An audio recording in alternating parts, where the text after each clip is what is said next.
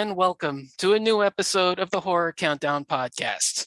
I'm your host, Don Anelli, and today we have a very special guest with me. We have author Elaine Pascale. Thank you for saying that correctly. Oh, no problems. So, how's it going? Going really well. This is vampire movies is my favorite topic in the whole world. So I'm so excited to be here. Great. So if you haven't already heard from that or guessed from the episode title, we're going to be discussing post-2000 vampire movies. So this is going to be a lot of fun. There's a lot more in here than I expected when I started researching. I wasn't as surprised to find as many heavy hitters as there were. This is a fun one. I was kind of surprised actually when I was doing my research for this. So yeah, absolutely.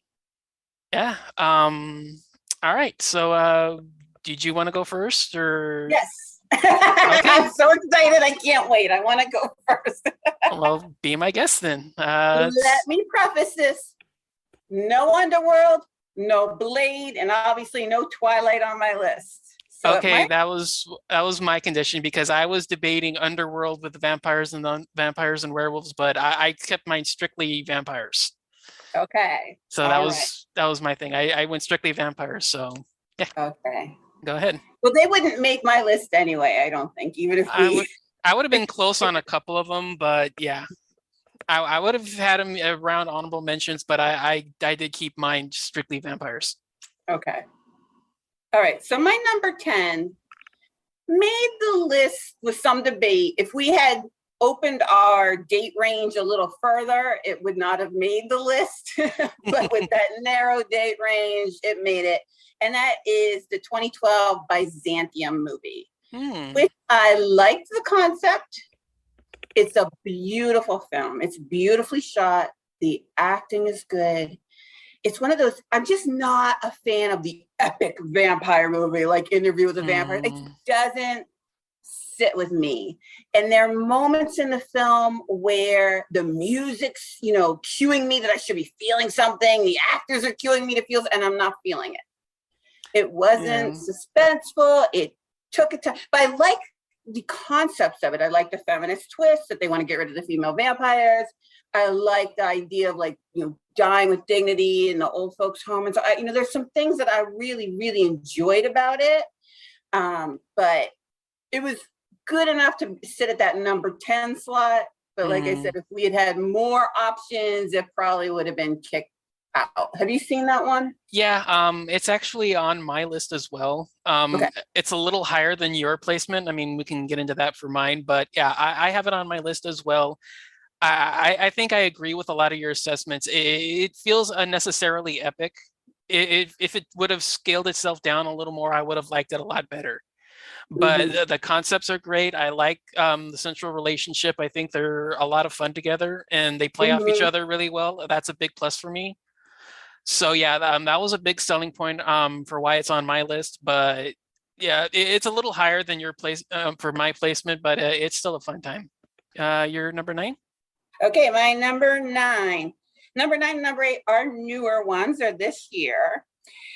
And hear me out. Okay. So let me finish. No.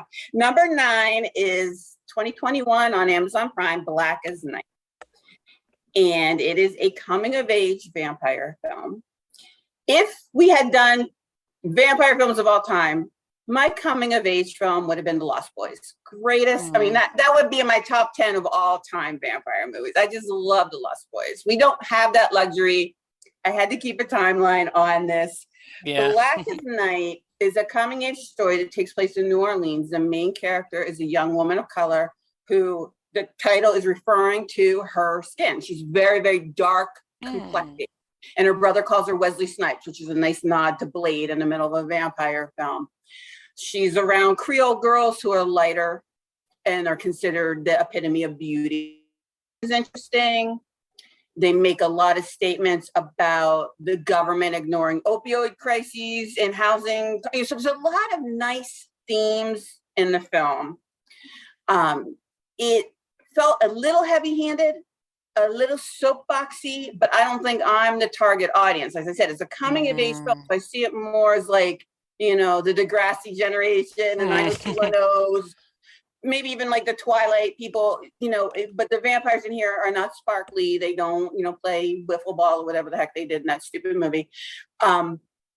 And I like the themes, and for a younger audience, I think it would be really, really good. For me, just I felt like I was being hit over the head a little bit with some of the themes, but I thought they were worthwhile. I'll have to check it out. I don't think I've seen all of those. I think I've seen, because I know that there was 4 that they dropped around early Halloween when that one came out.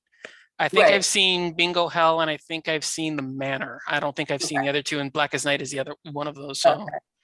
yeah, Right. I'll definitely check it out. It sounds interesting at the very least. It's I like the I mean, I don't go like into it with high expectations. Go into yeah. it as like, oh, this will probably be cute. You know, Okay. Yeah. A lot of what you're saying sounds interesting, so I'll definitely give it a shot. okay. Number 8 is the 2021 Netflix film Blood Red Sky. Hmm. And I love vampire films that take a different genre and insert a vampire in them, where it's like through a different lens. And this is one of those terror at 40,000 feet movies. It takes place on an airplane. So it's super claustrophobic. And again, nice themes threaded throughout where like there's terrorists that take over this plane and they try to pin it on these Muslim passengers and make them look like they're the terrorists. So there's some interesting things going on in the film. The vampire is a mother who is traveling with her child. He is not a vampire. She turned after having him, and she's trying to come to the States to have a doctor help her with her vampirism so she can be human. And so there's a lot of tension in the film of her wanting to protect this child. She's a single mother. She wants to protect this child, but in some cases, she might have to protect the child from her. She's a monster. And she is trying to really not engage her vampire side. But once these terrorists take over the plane, she might have to kick some butt as a vampire. So it's kind of cool. There's kind of some interesting things going on in it. Yeah, I had a lot of fun with it. It's on my honorable mentions. Okay, good. Yeah, I had a lot of fun with it. A lot of your things too. I do like a lot of the family dynamics between the two of them. You know, a mother-son relationship, I think. Um, I like the way that comes off. I like the action. I like a lot of where it goes. It's probably 10 minutes too long for me. So that kind of kept it off my list, but a worthwhile choice. I really recommend it. Okay. 7 just made the cut time-wise, and that's from the year 2000, Shadow of the Vampire, which I'm a huge Nosferatu fan. So this idea of what if Max Schreck was such a method actor that he was actually a vampire on the set of Nosferatu. Film, it has some really good acting, John Malkovich, Willem Dafoe. It kind of has this undercurrent of Hollywood. You know, horrible things happen on Hollywood sets, and they tend to be like, "We got a budget, we got a timeline, we don't care." Like, let's, you know, if our crew's dying, let's just keep going, keep going. So it's an interesting one, and I think because I'm such a huge Nosferatu fan, I love that one. Yeah, yeah. It was a debate for me whether to include it or not, whether him actually being a real vampire or not.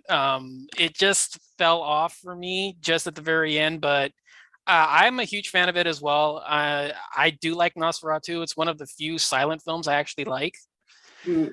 I love the behind the scenes stuff. I'm a big fan of movies about movies. So movie making, how behind the scenes and set stuff like that, like you were saying, you know, press forward, who cares? We'll just find somebody else. I like a lot of that. It comes off really well. Yeah, it just fell just short, but I'm a big fan of it as well. So that's a pretty solid pick. Okay. 6 is the Korean film from 2009, Thirst, which is kooky and weird. And it is about a priest who wants to do something really good. So he volunteers for a study, and the study turns him into a vampire. I just recently watched Midnight Mass about a priest who becomes a vampire and wants to do well. And I really enjoyed Midnight Mass, but I know we're not doing miniseries, we're doing films. So this was kind of my priest offering of the, that struggle of how do you maintain faith in a world where there's blood-sucking monsters? Like, how do you rectify all of this? And there was some nice tension there. It's funny. There's a lot of comedic moments in Thirst. The acting's really, really good. It's just weird and different, and I really enjoyed it. Yeah, it's on my list as well. Okay. All right. Wow. Yeah. Okay. Number 5. And I do, obviously want to hear you talk about it. Yeah, I'll get to it when it's on my list. Yeah. Okay. Number 5 is there's a slash between it because it's Let the Right One In from 2008 and Let Me In from 2010. I prefer the Swedish one. I'm not quite sure. I agree with critics when they ask why they needed another one aspect that was put in it. Going from bullying to making a friend to then these two children sort of developed a relationship, and the supposedly female tells him, I'm not a girl. There's a lot of interesting things going on in this film. And the pool, either film, the Swedish or the American, the pool scene just stays with you. Like where they tell him, we're going to hold you underwater for 3 minutes. You got to hold your breath or we're going to pluck your eye out. It's one of the scariest scenes in movies. It just sticks in your head. You can't get over that scene. It's so crazy. Yeah, I have the original on my list. I'm not a big fan of the remake. I'm not one of those that I don't necessarily like. Why did this get made as like a reasoning not to like it? I'm not one of those. I'm just one of those. I'll watch it just because it's a genre film. So I'm fine with it being made. Why it's made is not an issue for me. I love the original, so that one's on my list. The remake's not, but I don't mind either one. They're both solid watches. I just have more of a preference for the original. So okay. So that was 5 for me. 4 is The Girl Walks Home Alone at Night from 2014, which is probably the best Persian spaghetti Western vampire film ever made. It's so cool. The music's cool. The way it's shot is cool. The main character's cool. She's on a skateboard and her cloak or her shadow is like fluttering around her like bat wings. It brings an idea that a lot of vampire films have about addiction and vampirism, because there's drug addiction in the film, and then there's the addiction to drink blood, and just the idea of the title, Girl Walks Home Alone at Night. I mean, in Iran, girls don't walk home alone at night. Even in the US, women are warned, don't be out alone at night. Don't walk around at night. If something happens to you, it's your fault for doing that. And so it's awesome that she's walking around at night and she's not a victim. She's the perpetrator walking around at night. So it's really, I love that movie. Yeah, it's on my honorable mentions as well. You're picking up most of my list. I really like it as well. I think the twist with the localized setting adds a charm to it that really sets it apart. My main issue with it, and I haven't heard a lot of people talk about it, is that the allegory between her addiction and the needing to feed, it just feels really kind of underdeveloped. I'm not a huge, I would have liked it a little bit more explicit than the way it handles it, but it's not a huge quibble. I really like the film. Like you say, it's really stylish. It's really kind of just bizarre and out there. So that scores big points for me. I'm a big fan of those kinds of films when they do that. So it's high up on my list. I just wish, like, if we're talking like vampire films, I like a little bit more of like a connection to the vampirism theme. But it's still an honorable mention. So I'm a big fan of it as well. Okay. Number 3, What We Do in the Shadows from 2014, the mockumentary. And I'm a huge fan of the TV show as well. It's just brilliant. It's brilliant. The movie is a love letter to vampire fans. I mean, if you like vampire movies, you'll get all the in-jokes. Even the characters, like you've got the dandy vampire, and then you've got the vampires kind of like the Prince Vlad vampire, and then you've got the like ancient Nosferatu. I mean, they just cover all of them. They bring in the werewolves, but it's funny the way they do it. It's just the werewolf rivalry is so funny. And I used to teach a vampire class, and all my students would say, "Oh, one of the rules of vampires is they hate werewolves." I'm like, "Where are you getting this from? The mythology? It's not even like you're getting that from movies. It's not part of the actual mythology." But it's funny the way they bring it in. It's just a funny, lighthearted movie. And like I said, if you love vampire movies, the spoofs, you'll get them. It's funny. Yeah, it's on my list as well.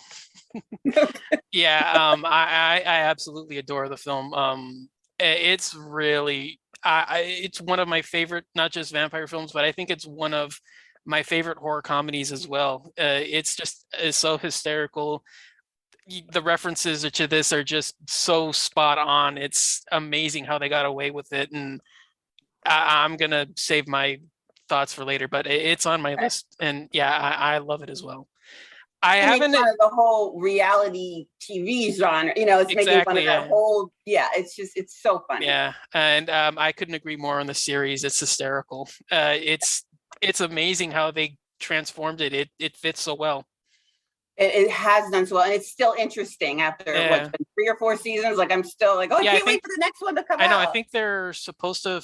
I think they're filming the fourth one, and they're supposed to premiere it. I think that's the next one that's coming up. Okay, yeah, I think the fourth season is the next one to drop. So I love that show. I love it too. The next one is a crime that more people have not seen this movie. It makes me so mad that people do not watch this movie. And it is The Transfiguration from 17, which is about a young boy who has a housing project in Brooklyn. He thinks he's a vampire, and he's in a housing project, so there's gangs around him, there's all these things going on around him, and he believes he's a vampire. And it's a dark film, The Transfiguration. It's dark. It's, they talk about his age. They have this nice little argument about, is Twilight better than Nosferatu? And it's this cute discussion of vampire films. But one of his rules is vampires cannot kill themselves directly, because they talk a lot about suicide. And it's dark, it's powerful. They're just such broken characters. And it's one of those movies I walked away from it and I just could not stop thinking about it. And every year when I'm talking about my Halloween movies, I always mention The Transfiguration. People are like, oh, I haven't seen them. Please watch this movie. It's really spectacular. You're selling me. I've never heard of it, so Oh my God! yeah, I've got it on my list. See as I can. There we go. Figuration. That's the last. The Transfiguration. Okay. From 2017. 17. Okay. All right. Yeah. You're selling me on this. This sounds awesome. I've never heard of it. It's awesome. It's so powerful. Yeah. And I'm always like, when I'm doing these kind of lists, I'm always like, is that my number one? But my number one is my number one vampire film. I mean, this is my movie. This is my vampire movie right here. Are you ready, Don? All right, let's go. 30 Days of Night from 2007. That's my movie. I love that movie. It is tense from minute one to the very end. I watch it every single year. And I watch it with like my blanket. I mean, I've seen 2007, what's 2021 minus 2007? Like a million. It's, comes from, I love that it looks like a graphic novel. Basically, it's, Barrow, Alaska, which sounds like a burrow. They're in that polar night of 30 days. And the vampires are so scary. And they're so smart. And they round everybody up and just pick them off like fish in a barrel. And it's amazing. And I think I lived on Cape Cod for like 22 years with my family, with my kids and my husband. And we would always have nor'easters. I mean, like we would have 6 to 8 a year. And during a nor'easter, you'd have no power, no water. So you couldn't like flush your toilet, wash your hands, no heat. So we would sit in the cold with like all our hats and gloves and scarves and everything on, wondering if we were going to get food. We couldn't get out. We were iced in. So I think that movie kind of triggers me too, because I see them like shivering. And I'm thinking, if I were in that movie, the minute I found out about the vampires and I knew 30 Days of Night or vampires, I'd walk out in the street and go, buffet starts here, get it while it's warm. Let's just come back and sit here in the dark and do this.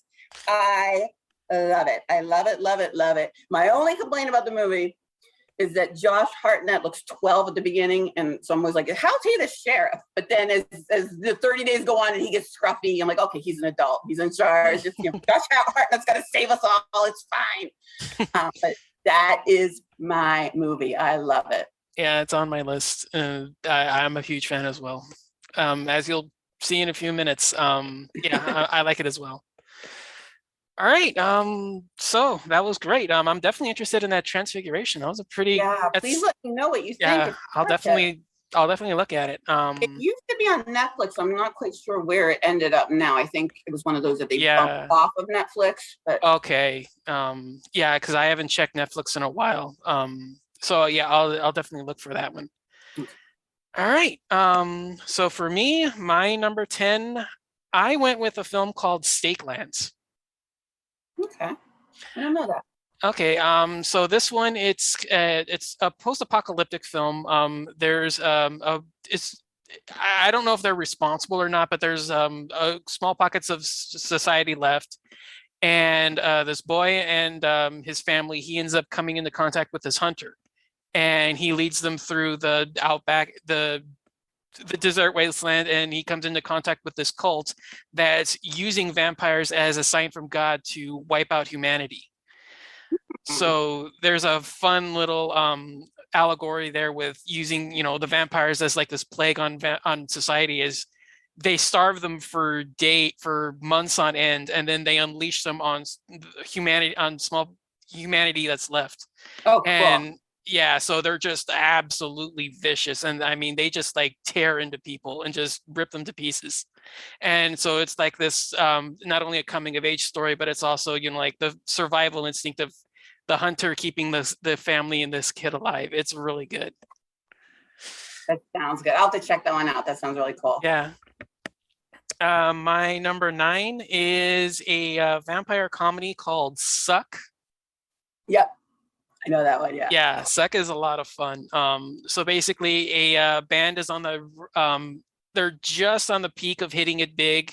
They end up playing the show at this one local dive, and one of their members ends up getting bit by a vampire, and hilarity ensues when her vampire cravings start to interfere with the success of their upcoming tour.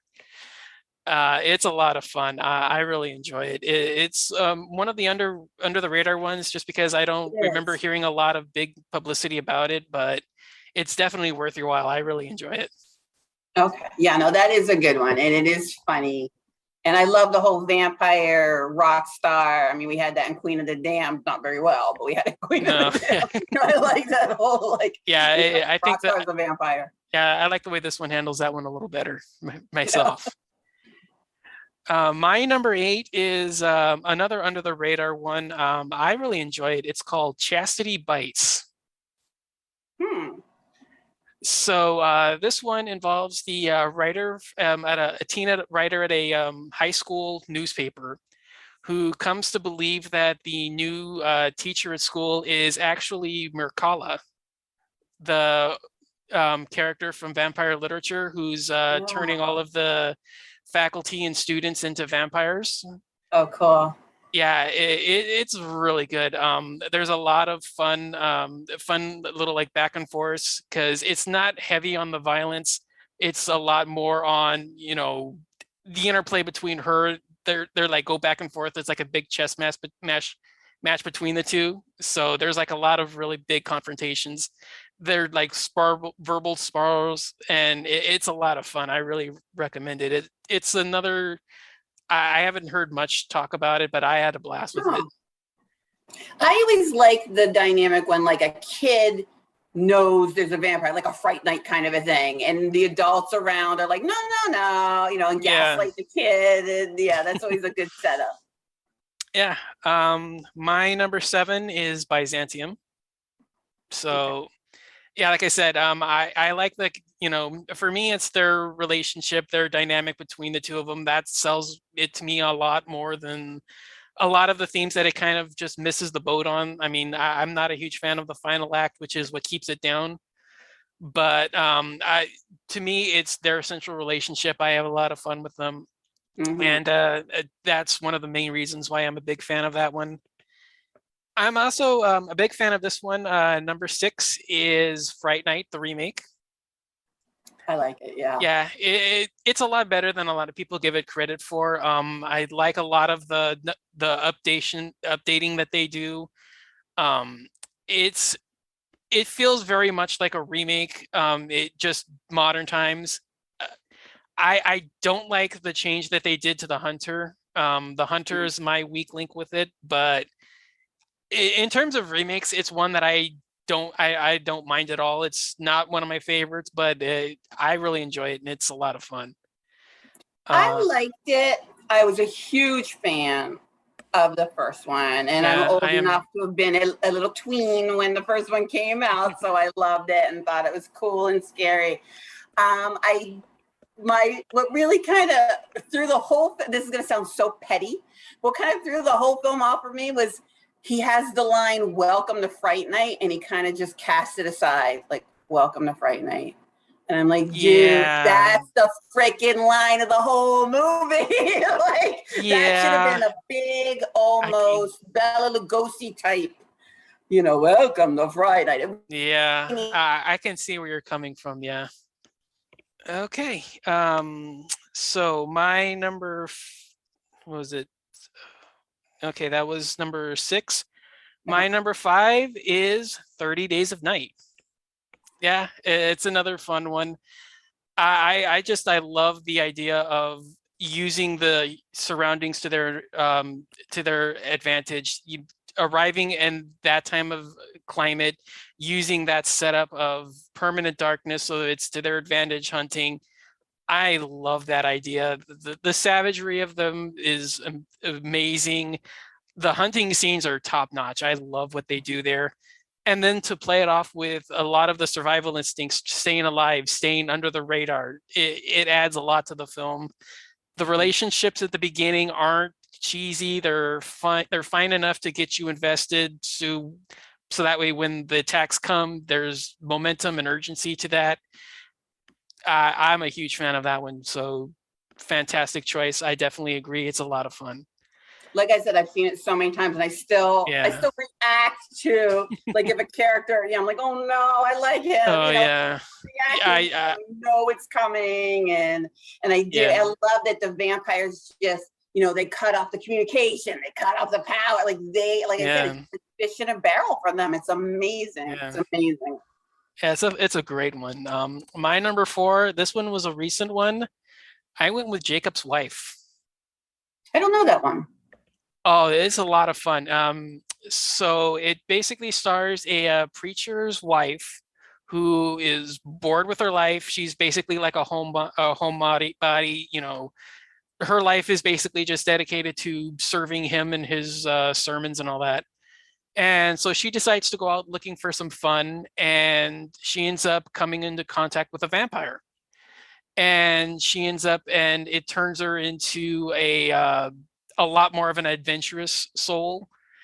But it comes into contact with her husband because he's a man of God. So he feels that it's his duty to destroy her. And there's a lot of like there's like a lot of like headbutting between the two because there's a twist in the film that I'm not going to spoil just so that way I think it'll be a lot more fun. But if I'm going to sell this on anything, the woman is Barbara Crampton. Okay. So that's the vampire. Yeah, cool. So yeah, it's a lot of fun. I really loved it. It's a blast. It's kind of making me think of like Santa Clarita Diet, where she becomes a zombie and the husband's Yeah, not. But in that, they bond together. Like, that's the beauty of the show, is that they work together. This one, it sounds like there's that conflict, which is really cool between them. That's neat. I'm going to have to check that one out. yeah, definitely recommend that one. That would be a good one. I'll let you know about Transfiguration. You let me know about Jacob's Wife. Okay, cool. All right, my number 3 is Thirst. I absolutely love that movie. I love the way that they handle him, the way that it goes from his abject faith to the questioning to then using it for good and then dealing with the repercussions that come. I loved it.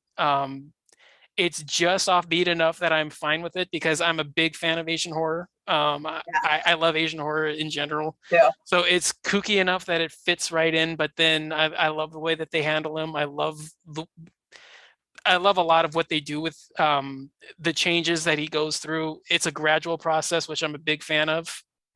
And in general, I'm just a huge fan of that film. So that's my number three. So my number two is Let the Right One In.